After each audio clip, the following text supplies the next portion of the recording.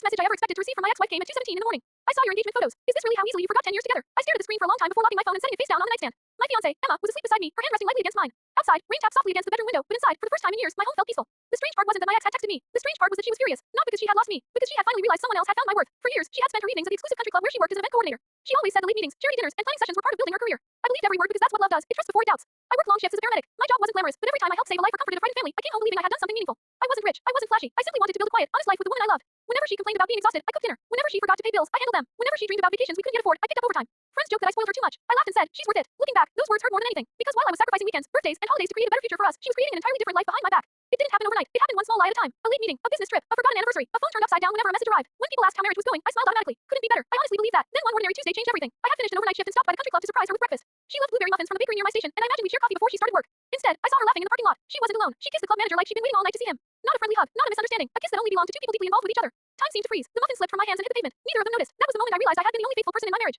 And somehow, the worst betrayal was still waiting for me. For several seconds, I couldn't move. The parking lot bustled with employees carrying boxes of decorations, members walking toward the clubhouse with golf bags slung over their shoulders, and valets greeting guests with practiced smiles. Life continued as though nothing extraordinary had happened, but my world had just split in half. I watched her lean against him, laughing at something he whispered into her ear. It wasn't the kind of laugh she gave strangers. It wasn't even the laugh she gave friends. It was the laugh she used to save for me. The club manager wrapped an arm around her waist before the two of them walked inside together. I never followed them. There was nothing left to discover. The truth had already spoken louder than any explanation she could ever invent. I climbed back into my truck and sat there for nearly an hour. My hands trembled so badly that I couldn't even start the engine. Every memory from the last few years replayed itself with painful clarity. The canceled date nights, the mandatory weekend conferences, the sudden interest in expensive clothes, the password she had quietly added to her phone, the distant look in her eyes whenever I talked about starting a family. Every red flag I had ignored suddenly fit together like pieces of a cruel puzzle. When I finally drove home, I didn't cry. I simply felt empty. That evening, she walked through our front door carrying takeout from my favorite Italian restaurant. Hey, she said with a cheerful smile. I thought we'd have dinner together. I looked at her for a long moment. She acted exactly the same. No guilt, no fear, no hesitation. She kissed my cheek as if she hadn't spent the morning kissing another man. You're quiet, she said. I stopped by the club today. Her smile froze. Oh, why? I wanted to surprise you. She slowly placed the food on the kitchen counter. I was in meetings. I nodded. Were you? Her face lost its color. For the first time in years, silence filled our kitchen. Then she asked the question that confirmed everything. What exactly did you see? I looked directly into her eyes. I saw enough. She closed her eyes for several seconds before whispering, it's not what you think. I almost laughed. It's amazing how often people say those words when it's exactly what you think. I watched you kiss him. Another long silence. Finally, she sat down. I was going to tell you. When? She didn't answer. Next week, next month, 5 years from now. Tears formed in her eyes. It just happened. I shook my head. No, what do you mean? A kiss doesn't happen. A relationship doesn't happen. Hundreds of lies don't happen. She looked down at the floor. It started a long time ago. My stomach tightened. How long? She barely spoke above a whisper. About 3 years. 3 years. Nearly 1/3 of our marriage. 3 years of birthdays. 3 years of anniversaries. 3 years of holidays spent believing we were building a future together.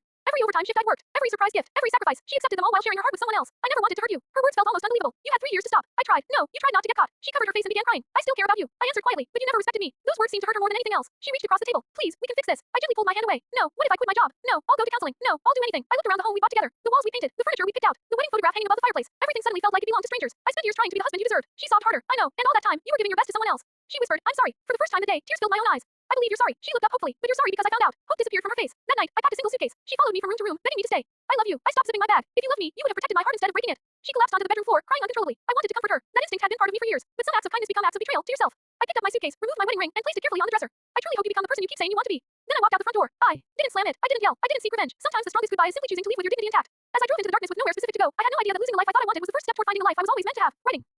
The next few weeks felt like I was living someone else's life. I moved into my older brother Daniel's guest room. He never asked unnecessary questions. The first night, he simply handed me a house key and said, stay as long as you need. Sometimes kindness isn't loud. Sometimes it's just someone making sure you know you aren't alone. The divorce papers were filed within a month. There were no screaming matches, no courtroom drama, only signatures that officially ended a marriage that had quietly died years before.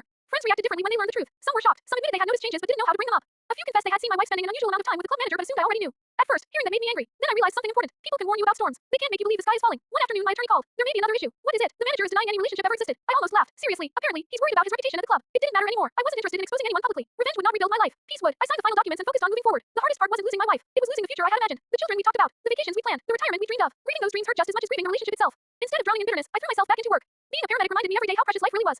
One morning we responded to a serious highway accident. An elderly man had been trapped inside his truck. After nearly an hour, we managed to free him. As I loaded him into the ambulance, he grabbed my wrist. Thank you. His voice was weak. I thought I wasn't going to see my wife again. Later that evening, his daughter came to the station carrying homemade cookies. She thanked every member of our crew individually. We still have my dad because of you. Driving home that night, something inside me shifted. For weeks I had been defining myself as a man who had been betrayed. But that wasn't who I really was. I was someone who helped people. Someone who still had purpose. Someone whose value had never depended on another person's loyalty. That realization changed everything. I began volunteering on my days off at a community center that offered free CPR classes. I met veterans, teachers, college students, single parents, and retirees. Each person carried invisible battles, yet many still found ways to help others. Their resilience inspired me. One Saturday afternoon, while organizing first aid supplies before class, a woman struggled to carry several heavy boxes through the front entrance. Without thinking, I hurried over. I've got those. She smiled. Thank you. I definitely underestimated how much these weighed. Her name was Emma. She coordinated local charity events and had come to deliver donated medical supplies for a neighborhood health fair. Unlike most first conversations, ours wasn't filled with awkward small talk. We spent nearly an hour unpacking boxes while discussing volunteer work, favorite books, and why helping strangers mattered so much. Before leaving, she smiled. I hope we work together again. So do I. There was no dramatic music, no instant declaration of love, just two people who genuinely enjoyed each other's company. Over the next several months, our paths crossed often. Sometimes during charity events, sometimes over coffee after volunteer meetings, sometimes while delivering food to families struggling after medical emergencies. I noticed something different about Emma. She listened more than she talked. She thanked everyone, from janitors to executives, with equal sincerity. She remembered people's names. Most importantly, she never made kindness look like a performance. It was simply who she was. One rainy evening, after we finished delivering supplies to a shelter, she looked at me with a gentle smile.